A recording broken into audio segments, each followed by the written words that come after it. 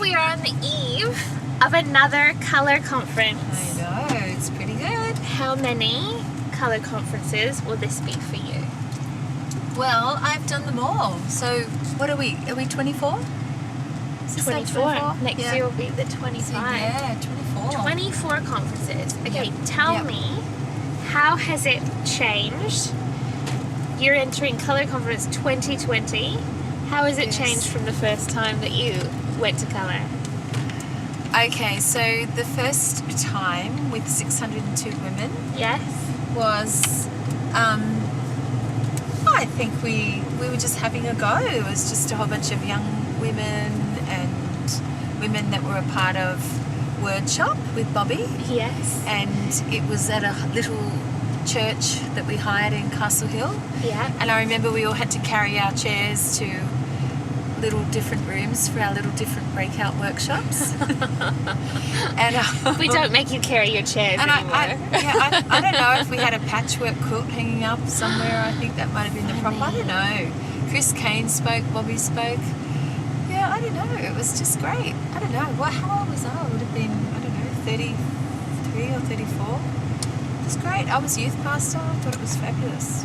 I love that you were the youth pastor. Did the message of colour, the value message of colour, resonate with you right away? Did you feel, were you a confident woman? Were you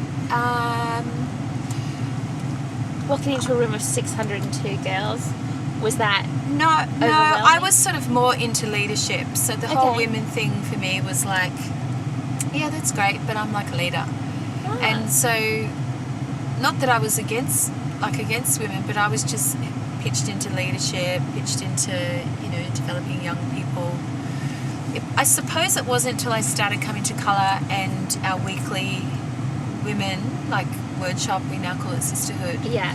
as a wife, as a mum, as somebody with very much who felt called to work and also bring up children, and finding that in the leadership world there was very few voices to women. There was opportunity for women to do that, Yeah. but there was very few voices helping women understand how the heck to do that. Yeah, right. So yes, you can do it, you're empowered, amazing, here's all the work, Yeah. but nobody really saying, well, this is how you do it.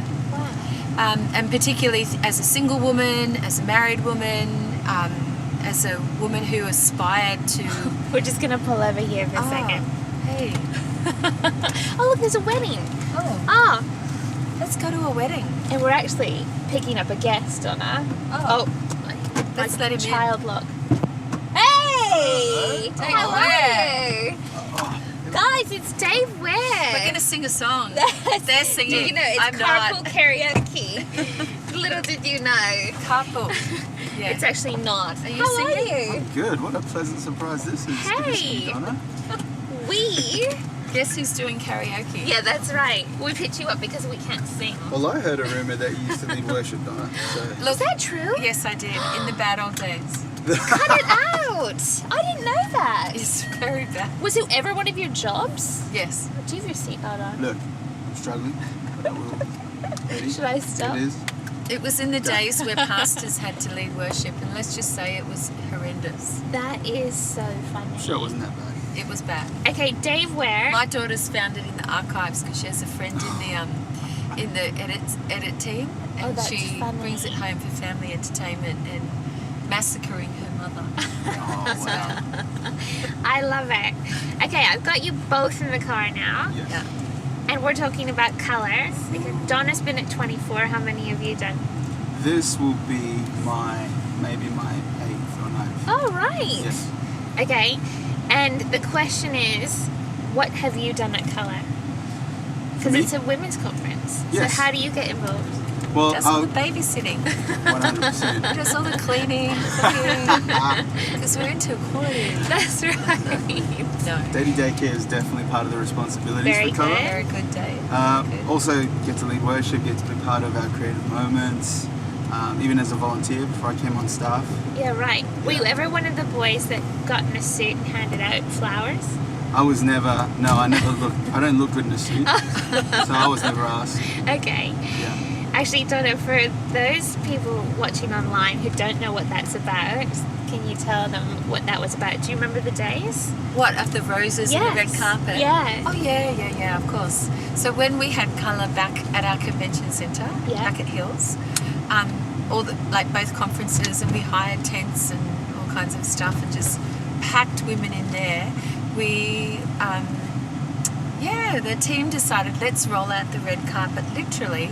So we had like red carpet as an entrance into the convention centre, and they got all these beautiful young guys, young or men, in like black, their suits with a beautiful shirt, and they had flowers, and they would walk them in, like escort them in. Yeah. And it's, it might sound like, oh, that's sort of nice, but for some ladies it was really beautiful, because maybe they didn't have many men in their life that were gentlemanly and looking after them like a lady, or maybe it had been a rough year, or maybe there was just an absence of gentlemen in their life at that time.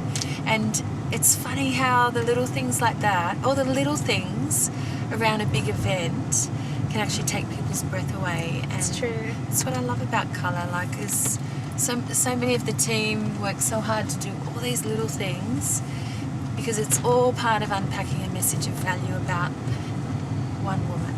And so cool. Yeah. And so as a woman who's been through that many colours, how would you... Lucky me. Yes. Would you say you have a favourite moment? Or like any specific revelation moment? Yes. Tell me. Yes. So, very personal moment was when my... so Stephen and I have 3 children. Yep. And 2 of those are girls. So when my own daughter came, the eldest daughter came for herself, not just came to go in the kids program. Yeah. Which wasn't that many years ago. She was in year 7, she came for herself, she was a delegate, she sat with her friends. Wow. And we were driving home from Darling Harbour on the first night to go back home. And I remember Chris Kane had done the whole A21 thing, and the human trafficking and the whole sex trafficking. And so for the first 15 minutes she was really quiet in the car, and then she just said to me, "Mum, the whole thing that Auntie Chris talked about," she said, "why would people do things like that to other human beings?" Yeah. And I knew, I remember thinking to myself, and so we started to talk about, she'd never heard of trafficking. Mm-hmm. The whole thought of selling people for prostitution had never come into her little 12 or 13-year-old mind. And so in a sense, that moment like that, her childhood was just stepping into adulthood, right? Totally. Being at colour. And I remember specifically thinking to myself, I wonder if this moment will be nothing moment or a something moment for her. Yeah. And I just thought, I'll just park it. And then we just chatted on the way home. But when you're a mum, you don't know if the nothing moments are going to be something. You don't know what are going to be the profound moments in that child when they're an adult. And a few more things happened through her teenage years that really have shaped this sense of injustice in her. Yeah. And so she's just about finished her international law degree now. She is. Wow. And I was like, amazing, no, isn't do it? commercial law where, you can be wealthy. She's like, "Mum, what have you taught me?"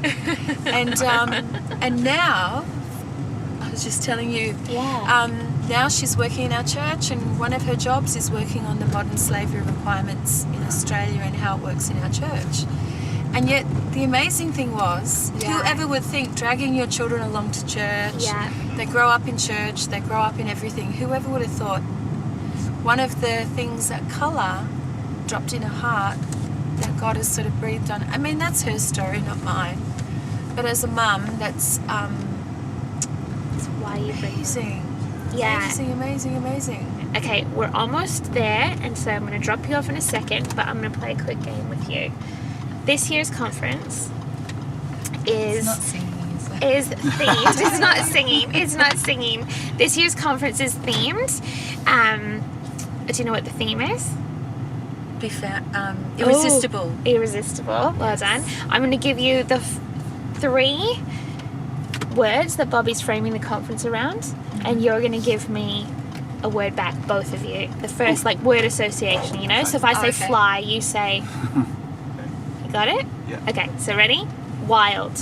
Donna. Desert. Wild. Hair. I'm not even kidding. I'd Yours love to have- used to be I'd wilder love to than it have is wild now. hair. Okay. Bright.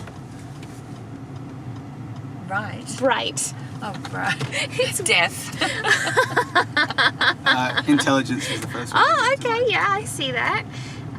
Awakening.